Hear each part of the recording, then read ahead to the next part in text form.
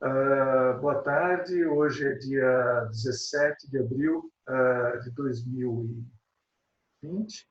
Nós estamos aqui realmente no meio da questão do coronavírus, que está afetando muito toda a nossa economia.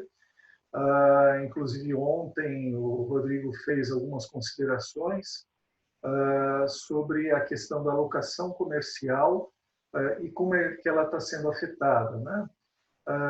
E por incrível que pareça, já tem novidades a respeito, né?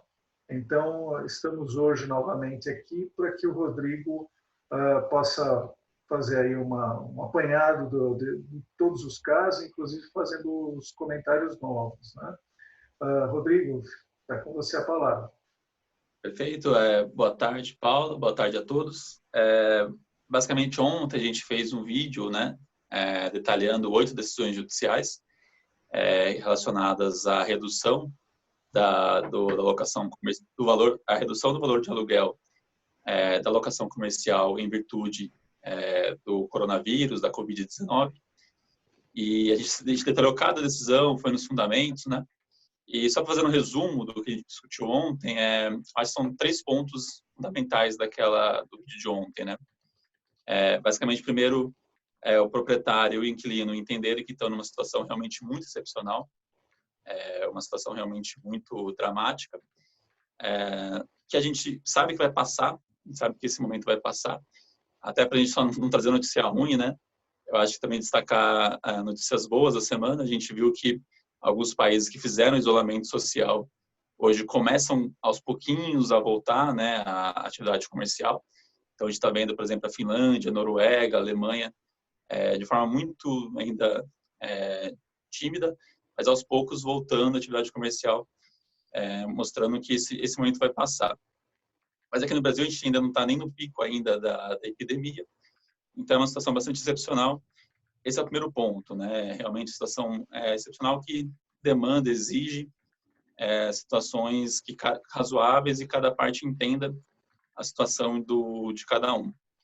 O segundo ponto que a gente viu é que ainda não tem uma solução definitiva, nem do ponto de vista do Poder Judiciário, nem do ponto de vista da legislação. Isso pode, em algum momento, ser resolvido de uma forma segura. Hoje ainda não tem. Então, o Poder Judiciário basicamente está analisando cada caso, no caso concreto, para entender qual é a melhor solução. E o terceiro ponto que a gente viu, que é o ponto mais importante, que as autoridades sempre batem nessa tecla, que é a importância de você negociar, né? Buscar um acordo que alcance ali a situação de cada um no caso concreto. Basicamente, a gente viu ontem 8 decisões. Nós localizamos uma 9ª decisão hoje aqui no estado de São Paulo, no mês de abril. Essa decisão do Foro Central, do Foro de Pinheiros, de uma juíza que reduziu o aluguel em 50%. E aqui tem um detalhe interessante, que o inquilino que entrou com a ação, pediu a redução do aluguel, conseguiu a decisão para reduzir em 50%, ele recorreu para o tribunal, então ele foi para a instância superior, que é o Tribunal de Justiça, buscando que aumentasse o desconto para chegar a 70%.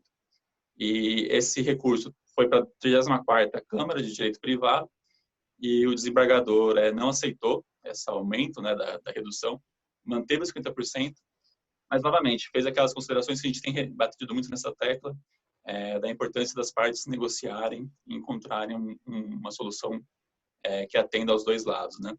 Como a gente viu ontem, depois de muito do caso concreto, né? A gente sabe que tem inquilinos que têm uma reserva grande de dinheiro, que podem fazer frente a esse aluguel nesse período de crise. Por outro lado, existem inquilinos que não têm essa reserva e, às vezes, o proprietário tem essa reserva. Então, no caso concreto, o inquilino poderia pagar todo o aluguel desses meses no ano que vem. Isso, em alguns casos, não traz prejuízo para o proprietário. Enfim, teria que ver cada caso.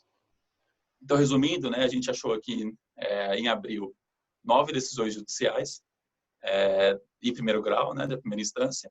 Dessas 9 decisões, 4 decisões reduziram para 50%, 2 reduziram mais, né, reduziram 70%, então o inquilino pagou só 30% do aluguel. Tivemos uma decisão em que o juiz suspendeu a cobrança de aluguel até novembro, para as partes negociarem, chegarem a um acordo, e 2 decisões em que os juízes decidiram ouvir primeiro o proprietário, para depois determinar se teria algum desconto ou não, né? Então, esse hoje é o resumo, né, da situação aqui no estado de São Paulo. Mas, e repetindo, né, sempre a importância, os juízes sempre falam isso na decisão, dos proprietários e inquilinos buscarem um acordo. E muitas vezes até o juiz também citando a decisão dele, quando ele reduz o aluguel, que naquele caso o proprietário não quis negociar, né? Então isso também tem sido observado pelos juízes. Perfeito, Rodrigo, muito bom. A respeito dessa decisão que foi para o TJ, né? Você tem algum comentário adicional sobre os fundamentos do juiz para não ampliar? O que efetivamente ele estaria usando de argumento, né? Para não ampliar para 70%? Não, perfeito. A decisão do desembargador, né? Desembargador, que a gente está falando aqui de Isso, tribunal, perfeito. que é o órgão superior, né? A primeira instância. Ela é muito interessante porque ele fala basicamente que ele ressalta essa preocupação do Poder Judiciário em também não sair reduzindo aluguel sem nenhum critério, né? Isso realmente pode trazer problemas. Tem que analisar o caso concreto, entender o que está acontecendo, ouvir, né, o proprietário, ouvir o inquilino, para não sair reduzindo sem nenhum critério. E isso é muito importante. Essa decisão também deixa claro a importância das partes buscarem, né, o acordo, para que não fique aquela situação de você não pagar o aluguel. Eu acho que esse é o pior cenário, né? Quando você simplesmente não paga, não negocia, não chega num acordo, não entra com uma ação judicial, você simplesmente não paga o aluguel. Isso gera uma série de problemas, inclusive até o Paulo Guedes tem falado isso, né? Que o Brasil, nesse momento de crise, não pode cair na tentação do calote, que ele fala, né? Que é basicamente as partes começarem a simplesmente ignorarem os contratos, ninguém paga nada, e isso gera uma crise de pagamento muito grave. Então, essa decisão é bastante interessante nesse aspecto, né? Que fala nesse sentido de não se pode reduzir o aluguel sem nenhum critério, tem que olhar o caso concreto, olhar o que está acontecendo naquele caso e buscar a melhor solução. Perfeito, Rodrigo. Está ótimo. Acho que deu para nossa audiência aí ter um resumo e um entendimento de como está caminhando aí de um dia para o outro, como isso é muito dinâmico, e o reforço aí da questão da negociação, né? Porque até o desembargador não deve ter ouvido a outra parte, né? Ele deve ter feito aí uma decisão também liminar, né? Assim como aconteceu na primeira instância. Também Exato.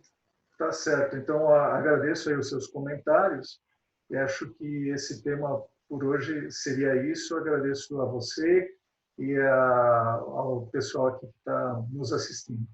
Uma boa tarde, então, um abraço. Até mais. Boa tarde a todos.